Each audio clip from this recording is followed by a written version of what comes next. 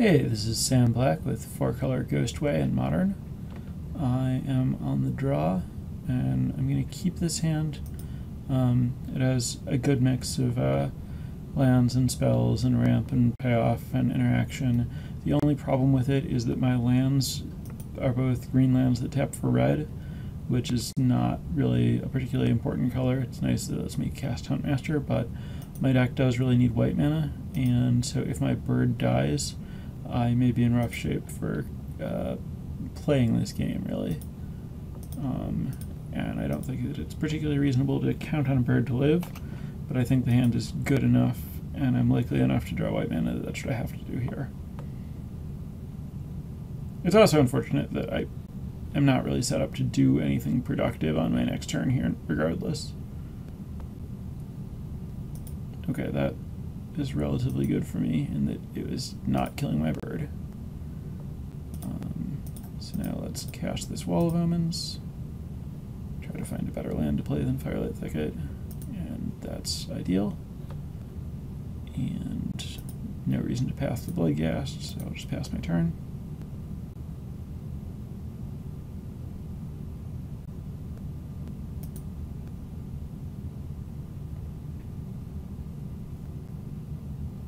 Well, I guess there are worse things than being forced to sacrifice a Wall of Omens.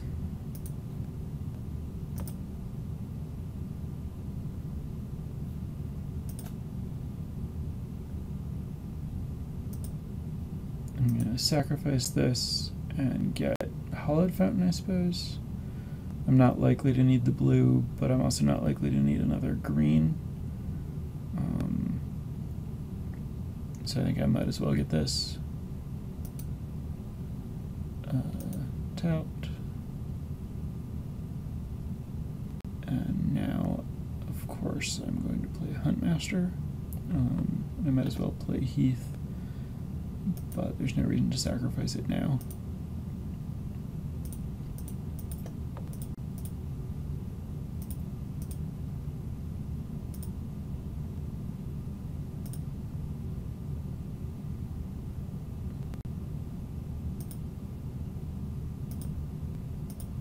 So Huntmaster obviously plays really well with this hand, and while my opponent can't make me sacrifice a creature with Liliana right now, having a wolf as insurance against a deck that's playing Liliana is pretty good.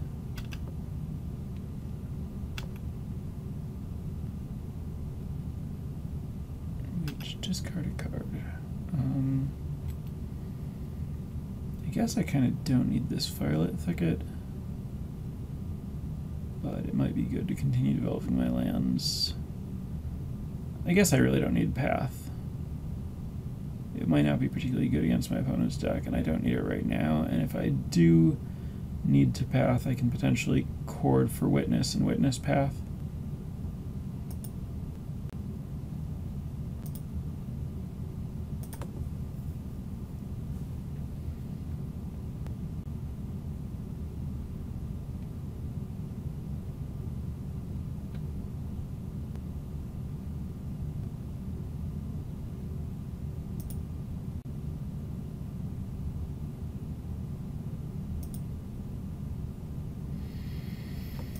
Alright, so I could chord for 4, or up to 4, if I don't attack. I like not casting a spell here, because then I get to flip Huntmaster and kill Liliana.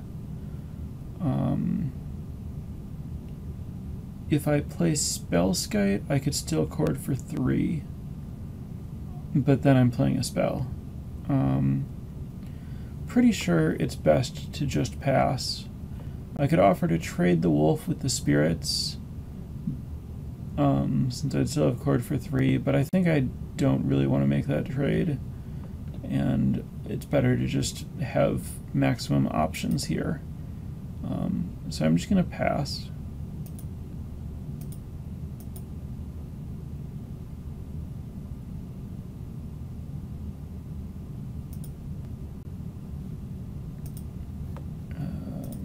Kill Liliana And I think it's better to kill a spirit than the Bloodghast, especially now that I have a 4/4 to block the Bloodghast. Yes, I will redirect.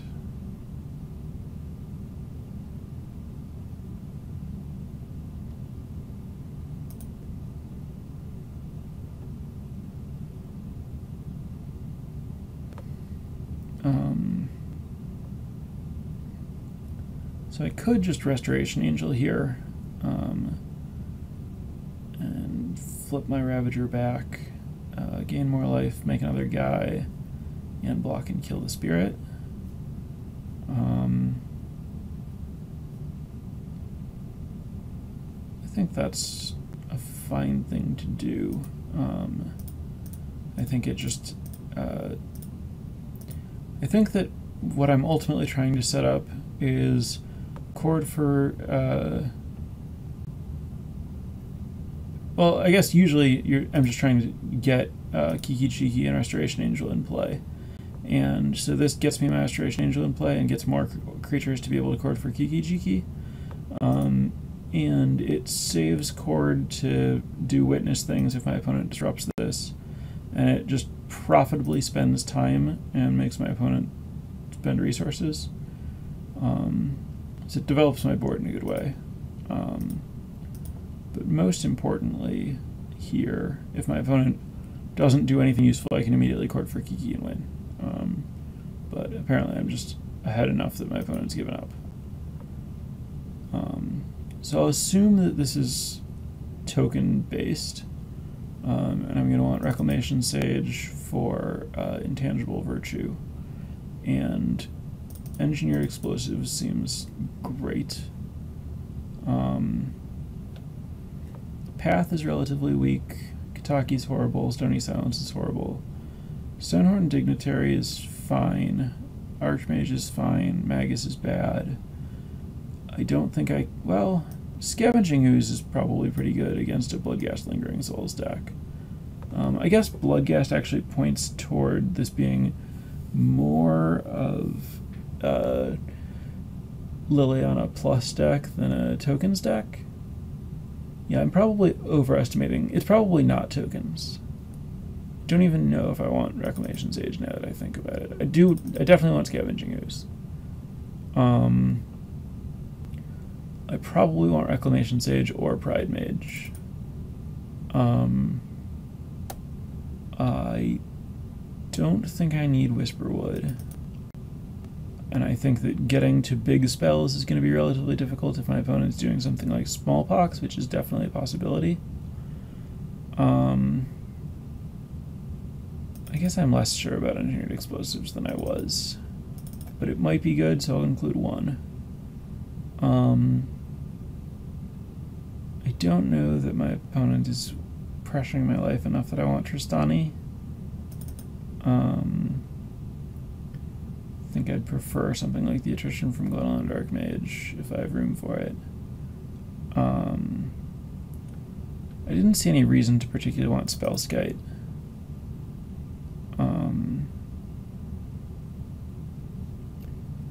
This is imperfect because I don't really know what my opponent's deck is, but I think this is a reasonable place to be. I'm going to try a Dignitary over a Path and submit this.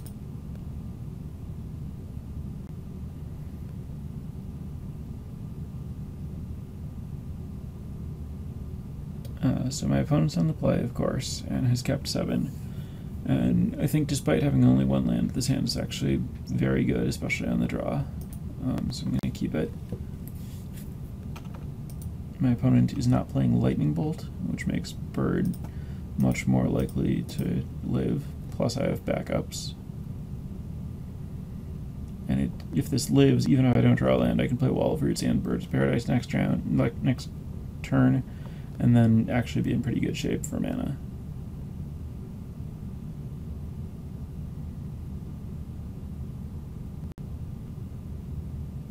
Okay, well, that is horrific for me.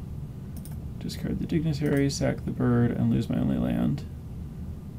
And now I basically need to draw another land. It's possible that the fact that I did mention Smallpox when sideboarding, and my opponent did very much look like a Smallpox deck, It's possible that I should have considered the fact that this hand can't beat a smallpox and mulliganed.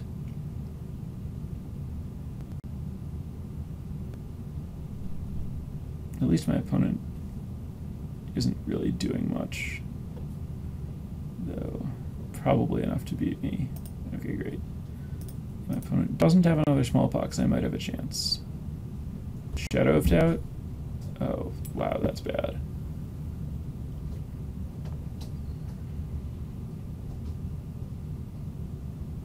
I like the use of Shadow of Doubt in the smallpox deck. That's pretty smart. I think Shadow of Doubt's well positioned now anyway, and it plays well with the mana denial plan.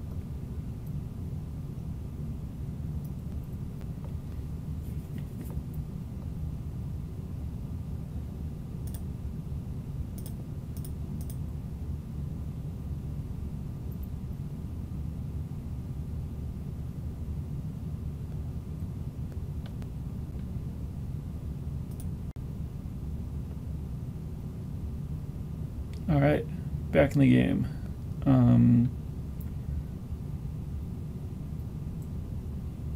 I'd like to acknowledge the possibility of another Shadow of Doubt. I think I'm just going to play Wall of Omens here. I don't think I'm really in a hurry to develop. So I'm going to play Heath and try to avoid sacking it while my opponent has black-black up if I can.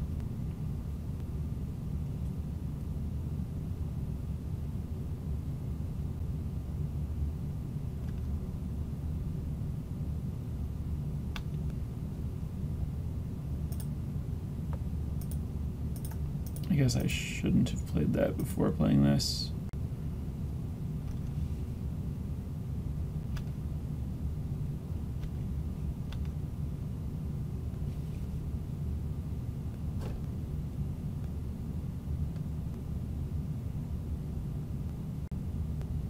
Alright, well now I can safely fetch.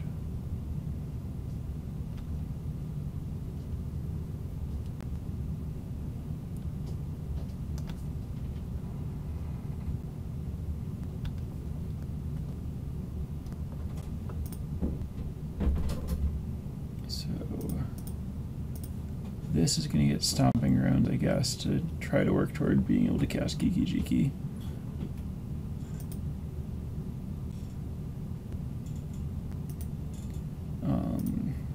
And this,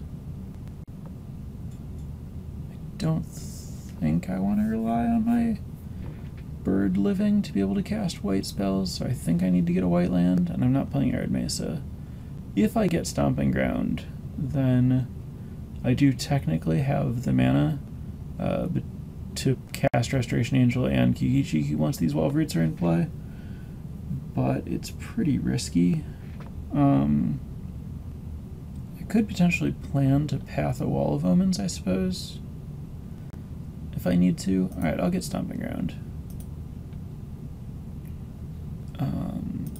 That is good. I think I'm just going to cast that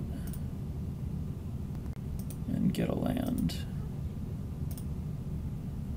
And I guess land might as well be Razor Verge Thicket, since given what my opponent's deck is doing, I'm not really looking to pull lands out of my deck with fetches here.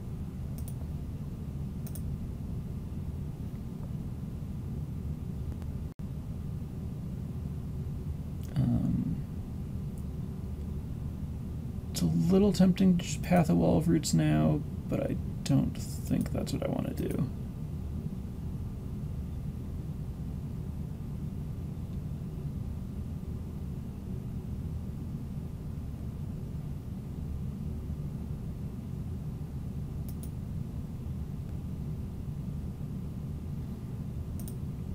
But with that happening, I do think I want to.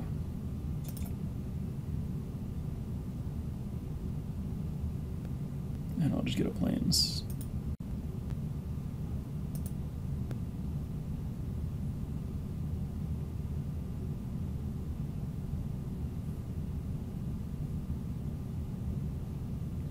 Now I can play this untapped and play this,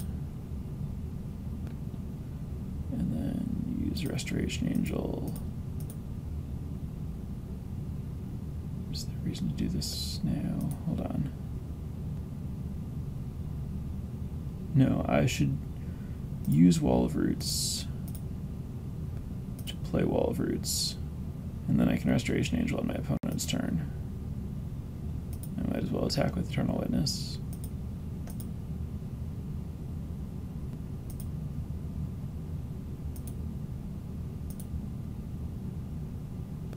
And so now if my opponent taps out, I can just Restoration Angel anything, and then cast Kiki Jiki and win.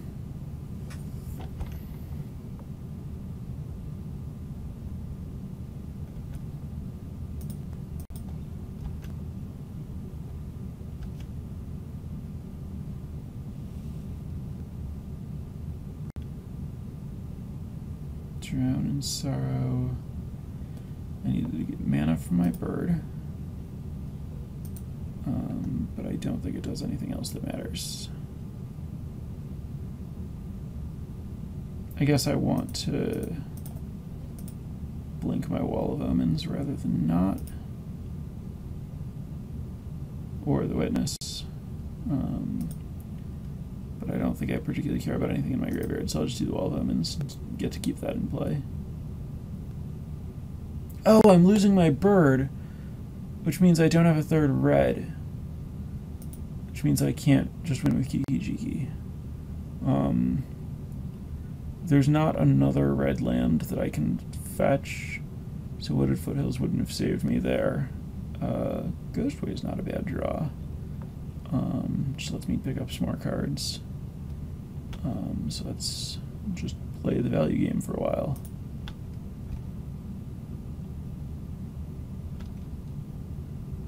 I think it's worth cycling this just as a divination that resets my Wall of Roots, so I might as well use them to cast it.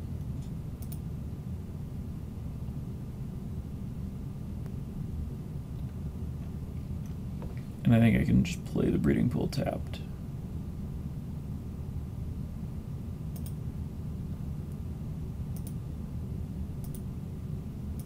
So these come back.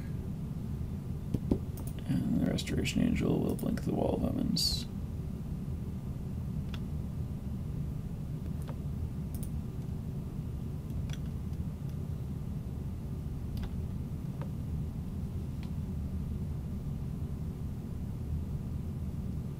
And my opponent has given up. Yeah, so short version of what happened here is, even though I got destroyed by Smallpox, my opponent's deck was about incremental advantage, and mine just does that better.